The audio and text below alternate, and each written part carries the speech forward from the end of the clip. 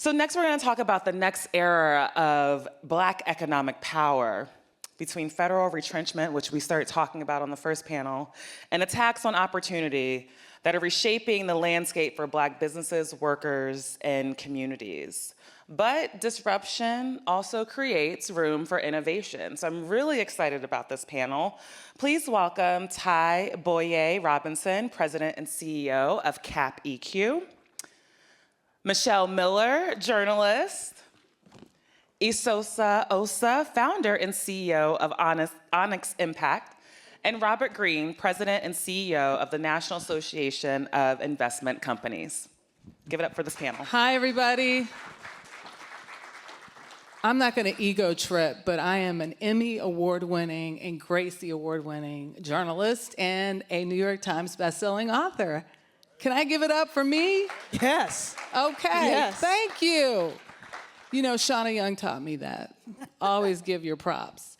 So, ladies and gentlemen, it is a distinct pleasure to be here. I was here maybe a month ago for an incredible gathering of us in a way that we are trying to invest in us. And we're talking about that right now because we're talking about the next era of Black economic power and why it's significant and what this moment truly means, this landscape that we're in.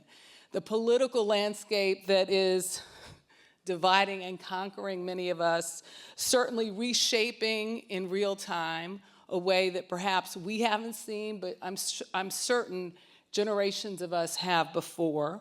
Federal policies are shifting. We're seeing corporate commitments retrenching, programs designed to help Black and brown communities, expand opportunity are going to the wayside.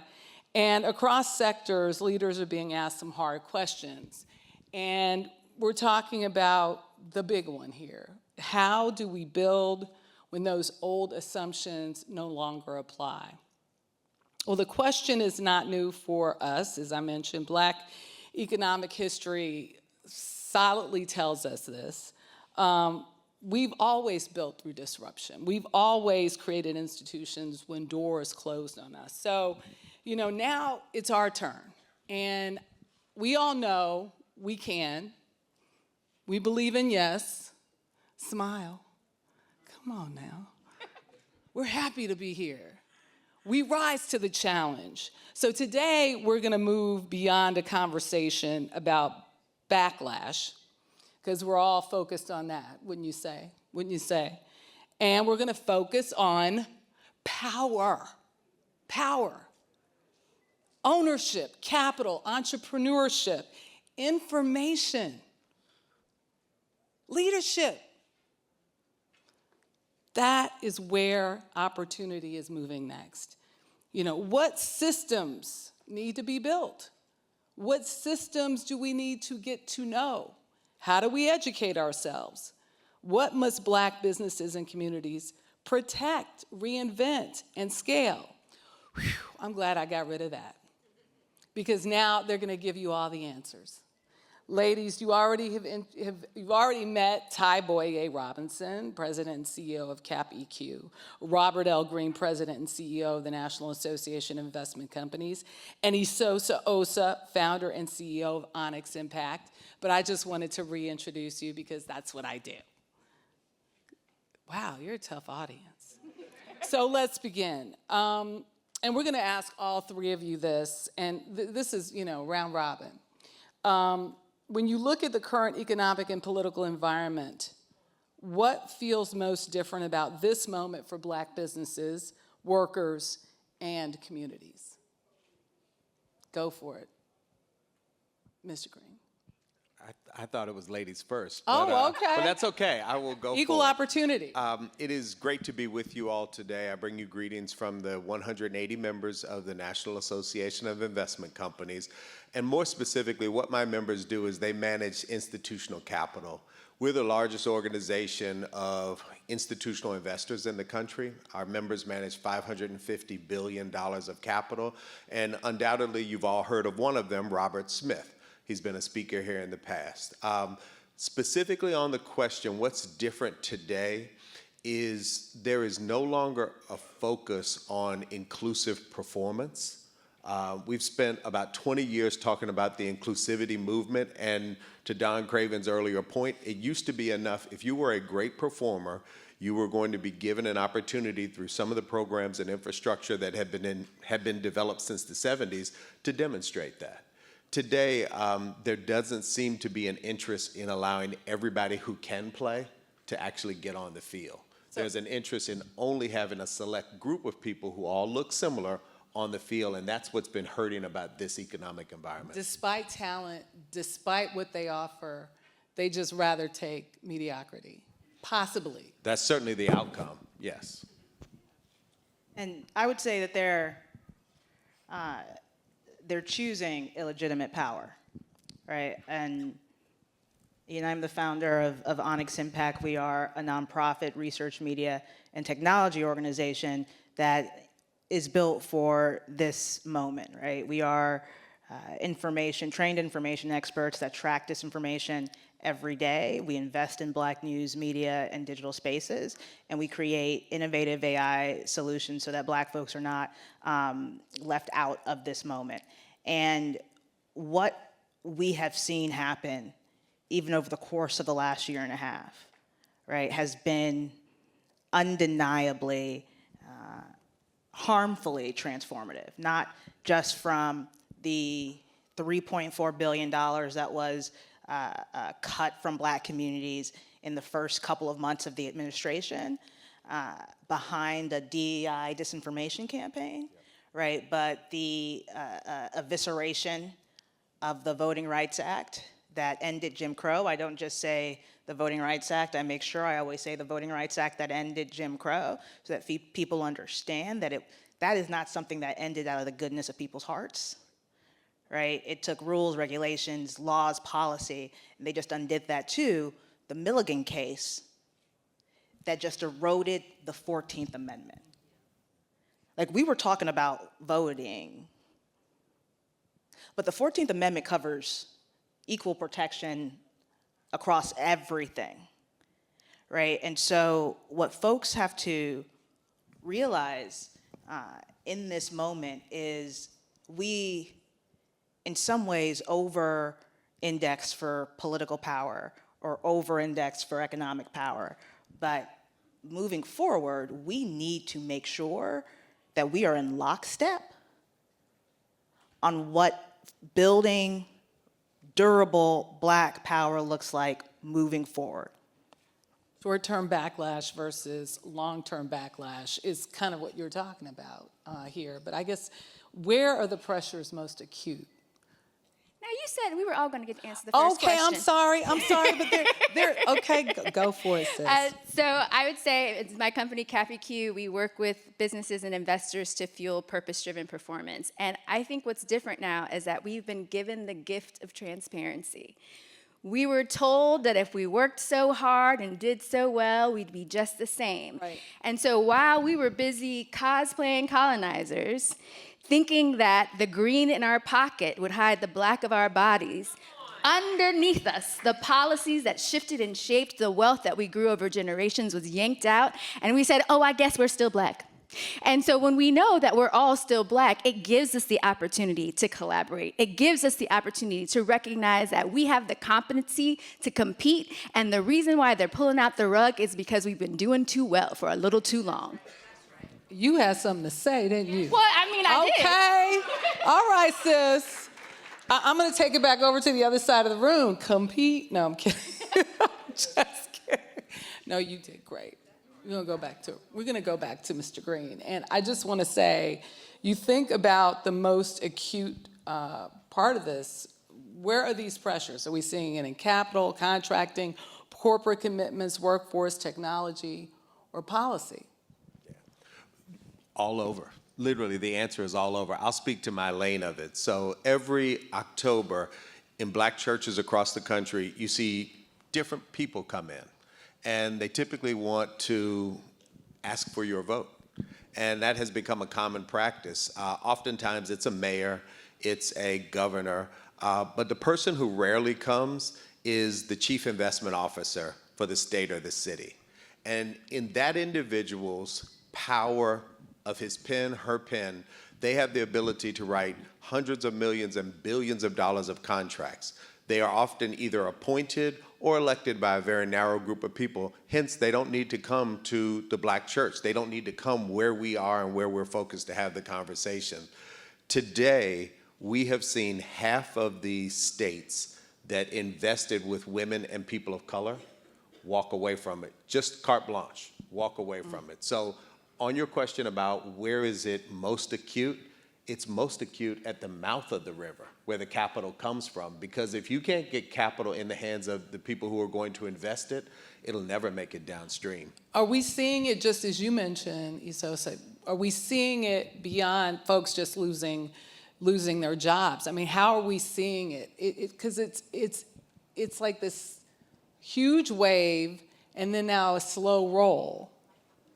I think that because it is disparate by design, right, to try to make it hard to grapple with the magnitude of the situation, right? That's part of why Onyx Impact partnered with GBAF on a special edition of our Blackout Report earlier this year. We talked about this federal contracting executive order, right? Because it was such a clear example of this problem. And when you put out an executive order targeting diversity in federal contracting, and we know what targeting Black businesses that represented 1.2% of the $774 billion a year in federal contract payments, when you target 1.2%, like, that's not about fairness. When you target 1.2%, that's not about which of these businesses are doing better, right? That is about power and control, right? And so we are seeing it across business, but we're also seeing it across technology, right? We're seeing it across AI. Artificial intelligence is determining our reality. It's determining the news we see. Our healthcare is determining who gets jobs, right? And we have seen, ChatGPT recommend the death penalty more often if the person sounded Black, right? We're seeing job applicants be disproportionately removed from a process if they're Black by AI. We're seeing a technology that is going to generate $20 trillion over the next 10 years be systematically, actively harming Black folks, all the while they're telling us that AI is neutral, right? The biggest, a massive lie. And so that's part of why Onyx Impact, we've created an AI assistant named Aisha. I like that. Do you get it because it's AI? AI? You good. You good, girl. Just making sure, because it's... but we launched this a week ago. We launched the app Aisha. You can find it at aisha.ai. It's built on Black history, Black news, Black progress. And Black Root. I saw it on the Root. Yes. I call it the Black Root, but we know it's just the Root. In the last 7 days, we're already at 40,000 users a day. Wow, yay! And again, if we're not building these technologies for our communities, someone else is going to be building them against us, right? And so this is both a massive, specific place where we're feeling this most acutely, and an opportunity, right, to build our own tables and build our own seats. So how should capital be moving? Capital should be moving where opportunity is meeting the outcomes of the community. And one of the issues that we're seeing right now, we talked already about contracts, we talked about some of the chief investment officer dollars. Another pot of capital that is actually being under attack is the community development financial institutions. And so those funds are the ones that go to Main Street. Those are the funds, when you think about less than 1% of venture capital goes to Black businesses, and that typical loans are denied at twice the rate of Black businesses than everyone else. Where do they get their capital? They often get them at these CDFI funds. Well, now the government is saying you can't get CDFI funds if you invest in illegal DEI. And so now even the capital that was landing in our community is also under attack. And so what that looks like is if we can't rely on the government for capital to flow to us, we have to make sure that we're investing the capital we have in our own communities with each other. And for too long, the way capital flowed is if you were a white business owner, you were invested in based on potential. If you were a black business owner, you were invested in based on proof. Right. Which meant the money took longer to get to you, which means you grow slower than the others. Not because you're not better, but because people are holding the cash, they're holding the bag. The problem is we were also doing that to each other. And Did you say that one more time? the problem is, ma'am, is that we were also doing it to each other because the capitalist system, a system is just a tool. The most important thing is the people and the reasons why they wield them. And the people who control capitalism now control it with a mindset of scarcity, of individualism, and competition. And when we take on those values and the way that we operate in the capitalist system, we end up with the same outcomes. Whereas our community, because we have always been under attack, knows that the only way we can thrive is with abundance, interconnection, and collaboration. And so the reason why this transparent moment can be transformative is because it brings us back to the values that made us get to where we are so far when people wouldn't even open the door. And so if you want to know how capital should flow, it should flow like information should flow. It should flow like collaboration. It should flow like how your mama was in the church basement and would give you a plate of chicken and then have her auntie watch your kid. It should flow like we trust and believe in each other because we've got us. Yeah, how do we get back to that? How do we build these institutions now? Because we have sort of dismantled them, haven't we, in many respects? I mean, certainly institutions still exist, but the Black Wall Streets, not so much. And I think as we become more and more of a global economy, right, we're going to have to wrestle with what new Black Wall Streets look like, what that means. You know, I'm a former portfolio manager, so I was just geeking out while you were talking about all the things that we need to be doing. But I think what this moment requires, what post-Calais requires, is an understanding of the level of resilience that it will take to move past this moment, right? We are talking about not just congressional seats, not just state houses. Like, we're talking about school districts across the South filled with little Black kids, with school boards filled with Moms for Liberty, filled with people who are not in those communities, who are actively trying to harm those communities. And that means we have to move differently, right? And I would say one major thing we have to do is start investing in our own civic infrastructure, right? We've got to expand what civic funding looks like beyond candidates to local organizations in our states that are doing the work to help civically engage our communities. So if you don't know who those organizations are, right, you've got to find out. Ask Aisha. Why don't we ask her right now? Well, I ask him the next question. I don't have my phone. Oh, somebody ask Aisha. Somebody ask her. So I think we need to do two things. The first thing is that if it's going to be the Democrats for us, and there is no other choice right now, there need to be other choices, but if it's going to be the Democrats for us, we need them to move with the haste and the quickness that the MAGA crowd moved with this time, right? There hasn't been, he didn't wait on, we all want to accept this narrative that he's stupid, he's an oath, he's this, he's that. He sure knew how to give his people what they wanted. Right? So before we do all of that, when the Democrats come around this time, it can't be about gradualism. It can't be about give us time to get in. We all celebrated the wonderful presidency of Barack Obama, but we weren't ready when he got in office. We weren't ready day one to do the things that need to happen. So he fought a lot of battles alone, he and his cabinet.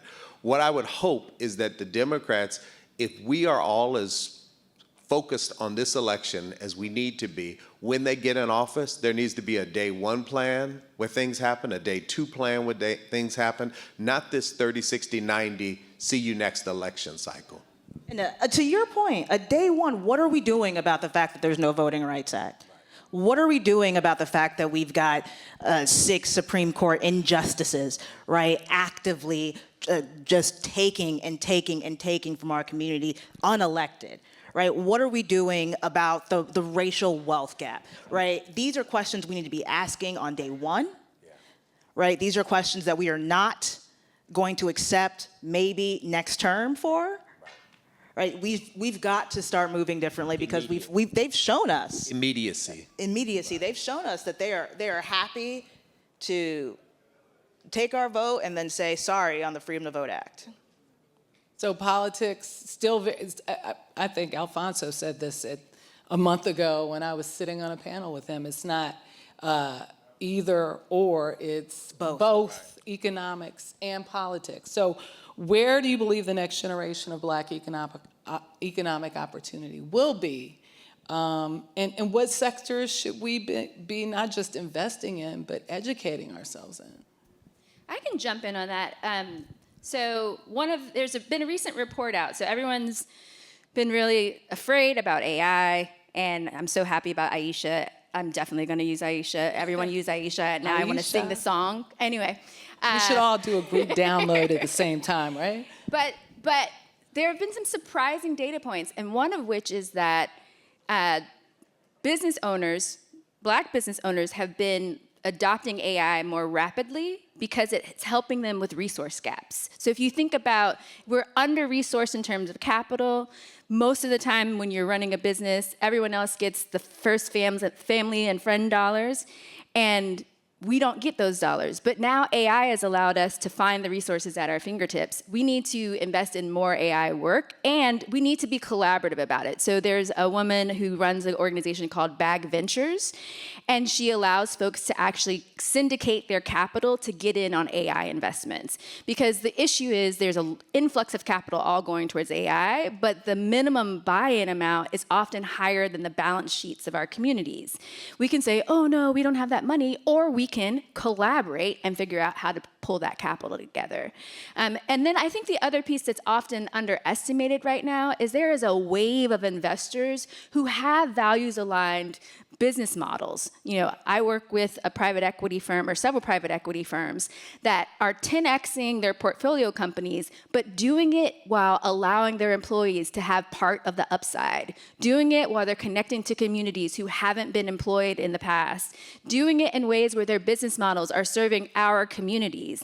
And because they're 10xing their growth, you can't say they're a charity. They are finding the business models that are often forgotten and overlooked. And so I think that's the other piece, recognizing that just because we have capitalist tools that tend to extract, if we think about this with the values that we have and focus on our communities, because we know now that policies and politics are not always having our back, then we can channel our capital to our communities in ways that are actually competitive in the economic market.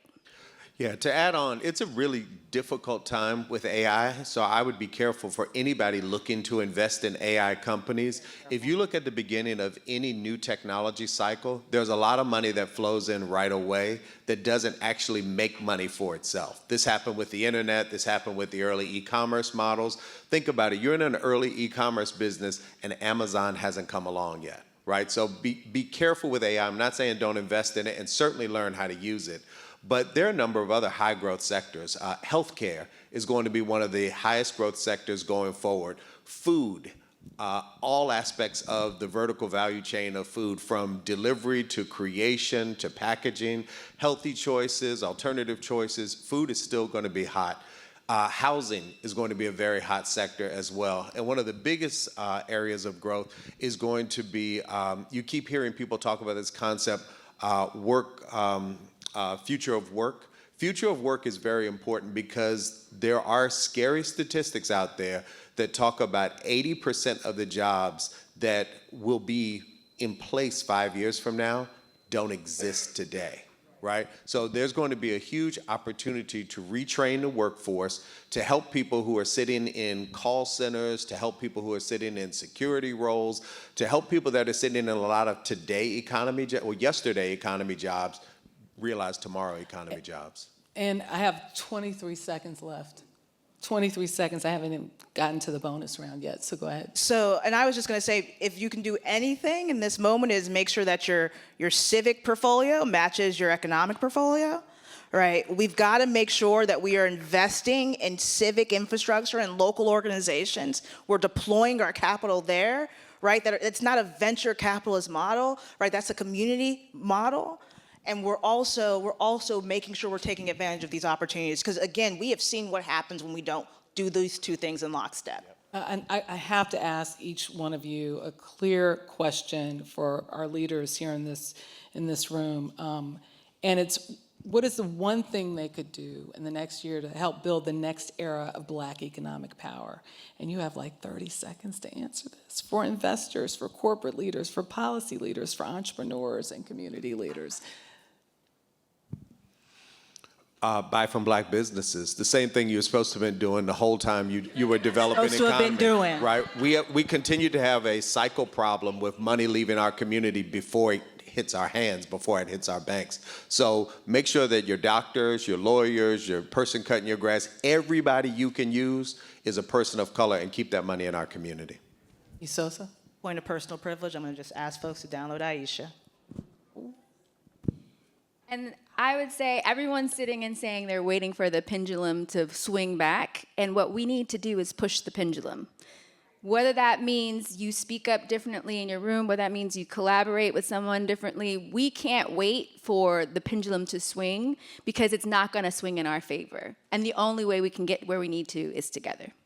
Hi, Boyea Robinson, Robert L. Greene, Isosa Osa, thank you for the conversation. And download Aisha. Thank you, everybody. I'm Michelle Miller.